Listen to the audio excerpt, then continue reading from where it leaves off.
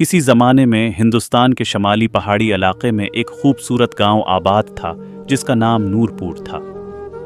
इस गांव में एक नेक दिल लड़की रहती थी जिसका नाम आयशा था। आयशा अपने वालिदीन के साथ एक छोटे से मकान में रहती थी। इसके वालिदीन ने उसे सच्चाई, दियानतदारी और दूसरों की मदद करने की तालीम दी थी। उसलिए गांव के लोग उसे बहुत इज्जत है और मोहब्बत देते थे। आयशा की जिंदगी सादगी से भरपूर थी। वो हर रोज अपने खेतों में काम करती, अपने वालिदीन का ख्याल रखती और गांव के लोगों की मदद करने के लिए हमेशा तैयार रहती।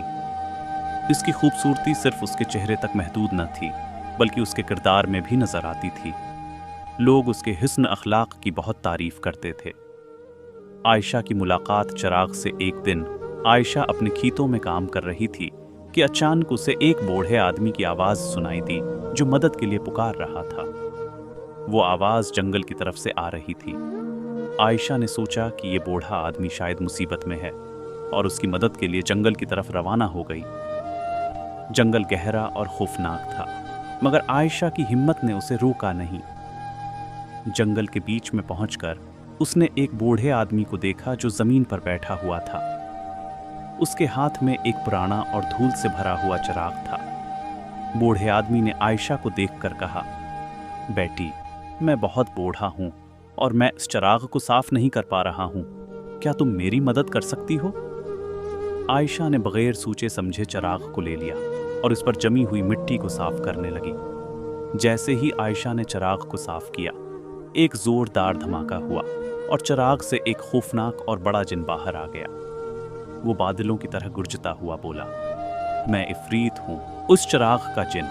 तुमने मुझे आजाद किया है, अब मैं तुम्हारी 3 ख्वाहिशात पूरी करूंगा। आयशा की पहली ख्वाहिश आयशा ने खौफ के बजाय सुकून से कहा, मैं तुमसे कोई जाती चीज नहीं मांगूंगी। मेरी पहली ख्वाहिश ये है कि तुम इस जंगल को महफूज बना दो ताकि कोई और यहां खतरे का शिकार ना हो।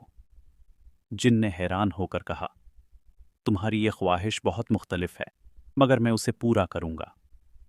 उसने अपनी ताकत से जंगल को खूबसूरत और महफूज बना दिया। दरख्तों के दरमियान रोशनी फैल गई और खौफनाक दरिंदे वहां से गायब हो गए। आयशा की दूसरी ख्वाहिश, जिन ने दूसरी ख्वाहिश के बारे में पूछा तो आयशा ने कहा, मेरी दूसरी ख्वाहिश ये है कि मेरे गांव के लोग खुशहाल और सेहतमंद हूं। यहां अक्सर लोग बीमारियों का शिकार हो जाते हैं और गुर्बत में मुब्तला हैं। जिन ने अपनी ताकत से गांव के लोगों को तंदुरुस्त किया, उन्हें नई फसलें दें और गांव में खुशहाली फैला दी। आयशा की आखिरी और तीसरी ख्वाहिश, जिन ने आयशा की तीसरी ख्वाहिश के बारे में पूछा। आयशा ने मुस्कुराकर कहा, मेरी आखिरी ख्वाहिश ये है कि तुम हो अपनी जिंदगी में नेकी का रास्ता अख्तियार करो और किसी को भी नुकसान न पहुंचाओ। तुम्हारी ताकत बहुत बड़ी है, लेकिन उसका सही इस्तेमाल नेकी और दूसरों की मदद करने में है। जिन ने ये बात सुनकर आयशा को गौर से देखा। उसने पहली बार किसी को इतना नेक दिल और बेलौस देखा था। उसने वादा किया कि वह आयशा की बात मानेगा और हमेशा नेकी के रास्ते पर चलेगा। आयशा की नेकियों का इनाम, जिन ने आयशा को तोहफे में एक जादुई फूल दिया जो हमेशा खुशबू फैलाने वाला था और जिसकी खुशबू से बीमारियां और बदबख्तियां दूर हो जाती थीं।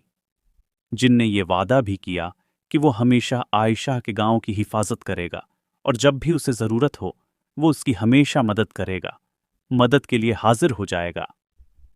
आयशा की नेकियों और उसकी बेगरज मोहब्बत ने जिन को तब्दील कर दिया। वो जिन अब आयशा के गांव के लोगों की हिफाजत करता और उनकी मदद करता। गांव के लोग हैरान थे कि उनकी जिंदगियों में इतनी खुशहाली और हिफाजत कैसे आई, मगर आयशा ने कभी उसके बारे में किसी को कुछ नहीं बताया। उसने ये बात अपने दिल में ही रखी और हमेशा की तरह खामोशी से नेक काम करती रही। आयशा का पैगाम वक्त गुजरने के साथ आयशा की शहरत दूर दूर तक फैल गई। उसकी कहानी लोगों को नेकी और दूसरों की मदद करने का सबक देती। लोग उसकी नेकियों की मिसाल देते और अपने बच्चों को इसकी कहानी सुनाते। सुब्क, उस कहानी से हमें यह सबक मिलता है कि नेकी और सच्चाई की ताकत हर रुकावट को दूर कर सकती है। दुनिया में बड़ी से बड़ी ताकत भी उसके सामने झुक सकती है, अगर हमारी नीयत साफ हो और हम दूसरों की मदद के लिए तैयार हों। नेकी का रास्ता आसान नहीं होता, मगर उसका इनाम हमेशा बड़ा होता है। आयशा की तरह हमें भी दूसरों की मदद करने, मोहब्बत और रहम दिली का रास्ता अख्तियार करना चाहिए, क्योंकि यही असल ताकत है।